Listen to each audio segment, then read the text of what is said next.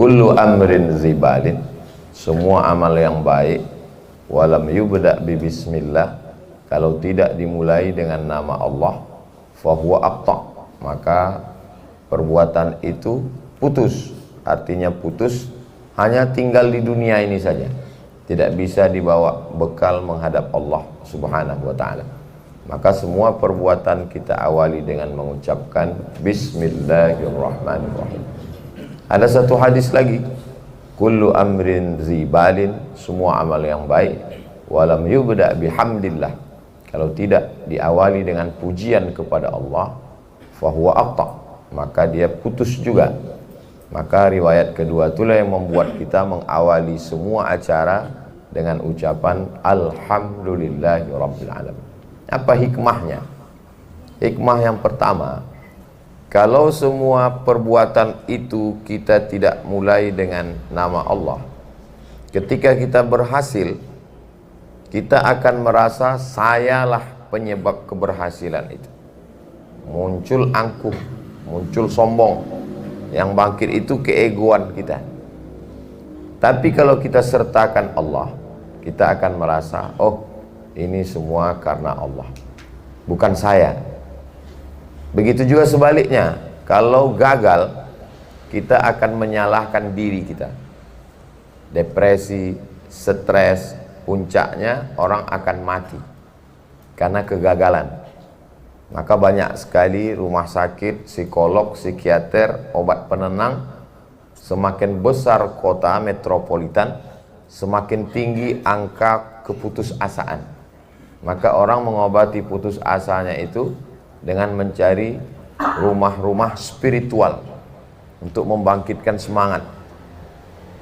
Syukur-syukur hanya ke rumah spiritual, sebagiannya ke minuman keras, narkoba, ke dukun.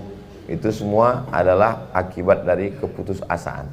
Setelah direncanakan hidup ini sebegitu hebatnya, diprogram, ternyata gagal.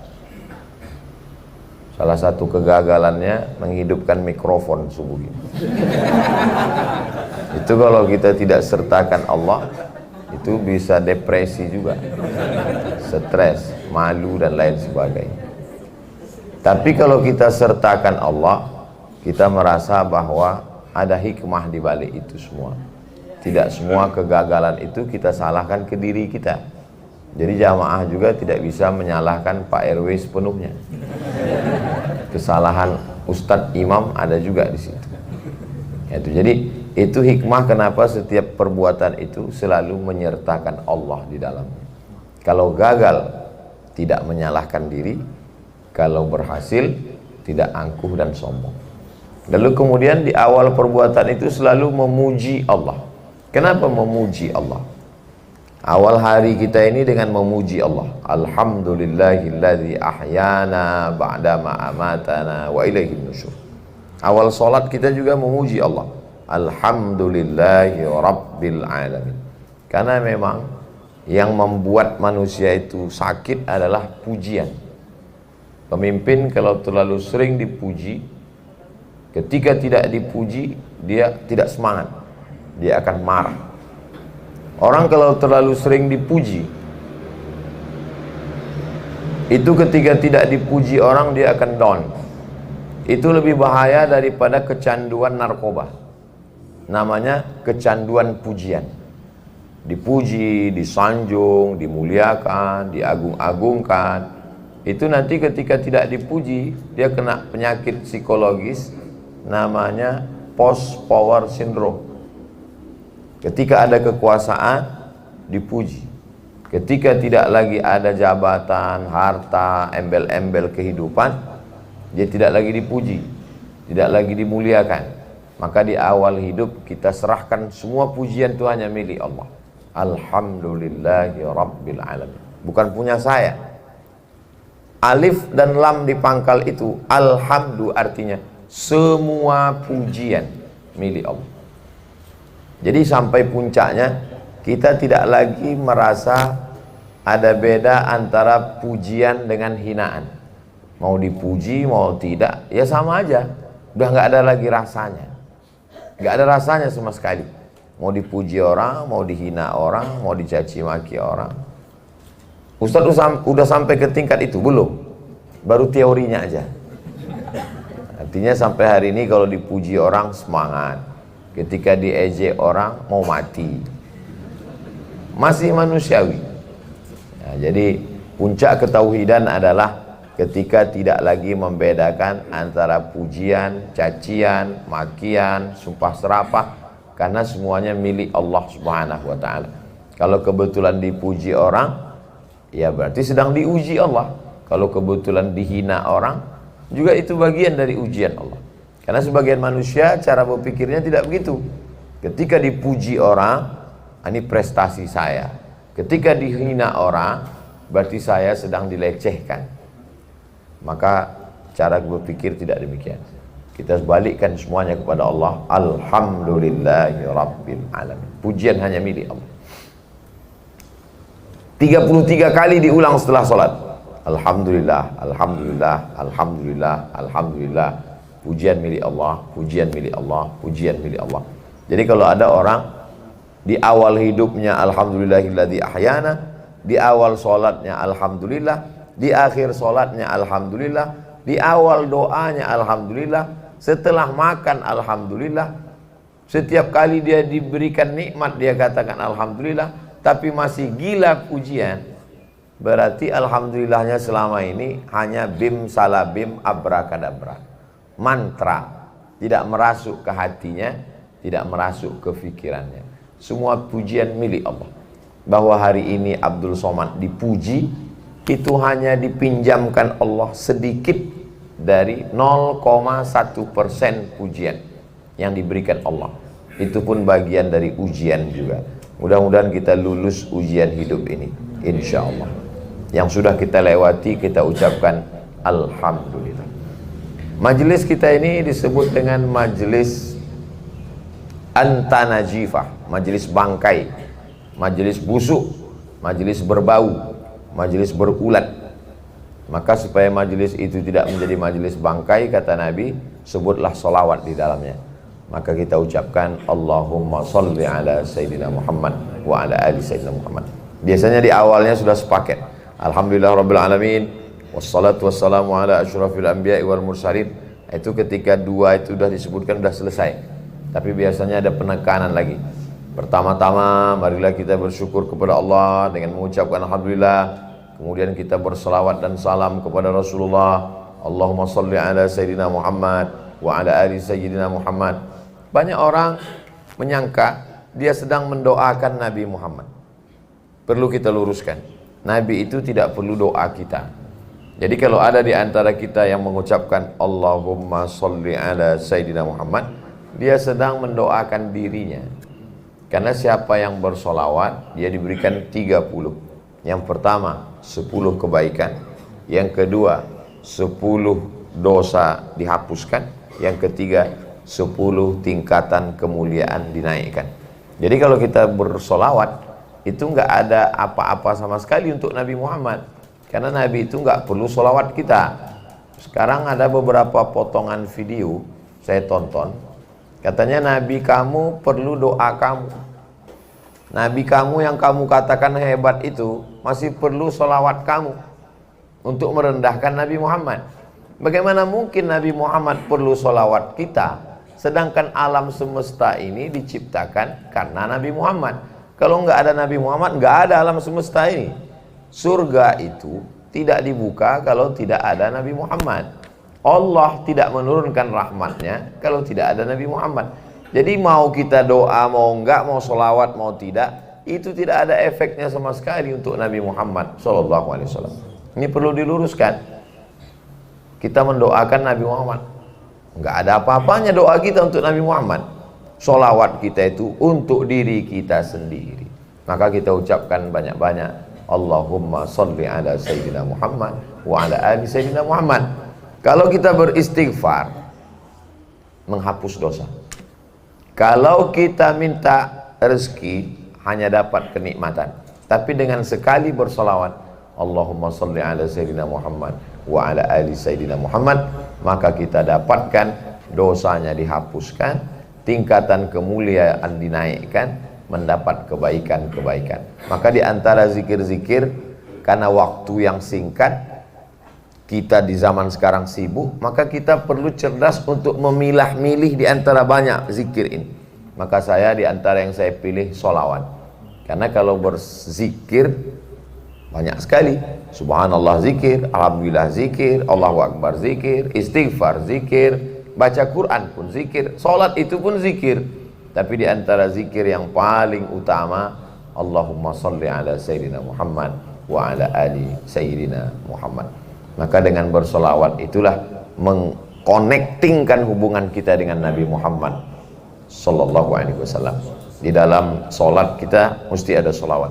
At-tahiyatul mubarakatus salawatut tayyibatu lillah.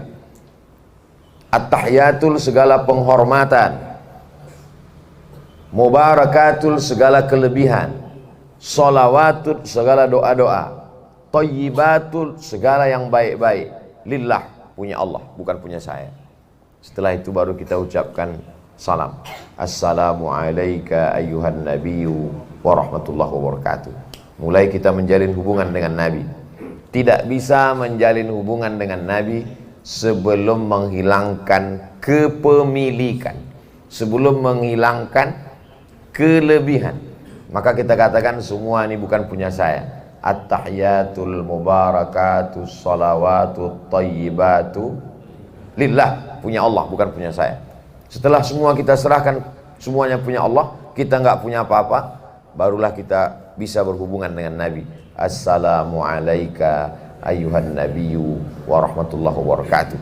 Setelah kepada Nabi, barulah kepada semua makhluk yang ada bersama kita, manusia, malaikat, jin muslim. Wassalamu alaina wa ala ibadillahis salihin. Setelah itu baru kita bersaksi, bersyahadat, asyhadu an la ilaha illallah wa asyhadu anna muhammadar rasulullah. Setelah itu barulah kita berselawat, barulah kita layak mendapatkan yang 30, 10 kebaikan, 10 derajat tingkatan, 10 dosa dihapuskan. Allahumma salli ala Sayyidina Muhammad wa ala ali Sayyidina Muhammad. Andai salam setelah itu sah. Mana tahu waktunya singkat, pendek, tidak lama lagi iqamat, maka sampai di situ saja cukup.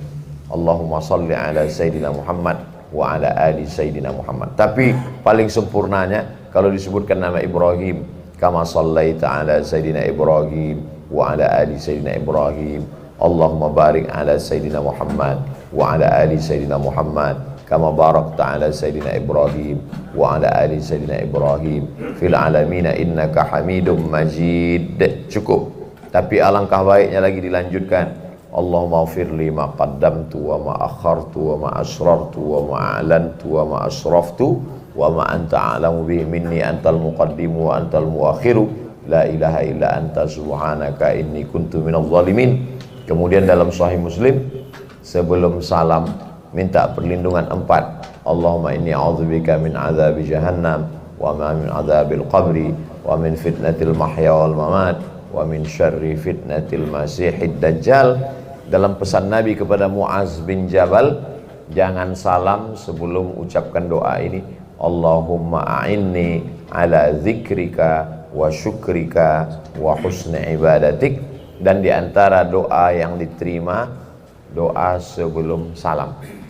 Jadi ada doa ketika sujud, hadisnya Sahih Muslim, aqrabu ma yakunul abdu min rabbihi wa huwa sajid. Doa yang paling mustajab ketika sedang sujud. Tapi ada satu lagi, fi duburis shalah, doa di akhir salat sebelum salam.